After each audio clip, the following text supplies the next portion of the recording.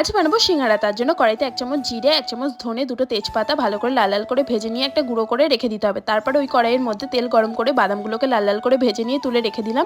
তারপরে ওই তেলের মধ্যে দিয়ে দিলাম 5 ফোড়ন, আদা, কাঁচা লঙ্কা বাটা আর দিয়ে দিলাম হলুদ গুঁড়ো, সিদ্ধ করা মটর, পরিমাণ মতো চিনি, কসুরি মেথি, পরিমাণ মতো লবণ, সিদ্ধ করা আলু আর কালারের জন্য দিয়ে দিয়েছিলাম একটু লঙ্কার গুঁড়ো। দিয়ে ভালো করে কষিয়ে নিয়ে নামানোর আগে ভাজা মশলাটা আর ভাজা বাদামটা উপর থেকে ছড়িয়ে দিতে হবে। তারপরে দেখো আমার এখানে রেডি হয়ে গেছে।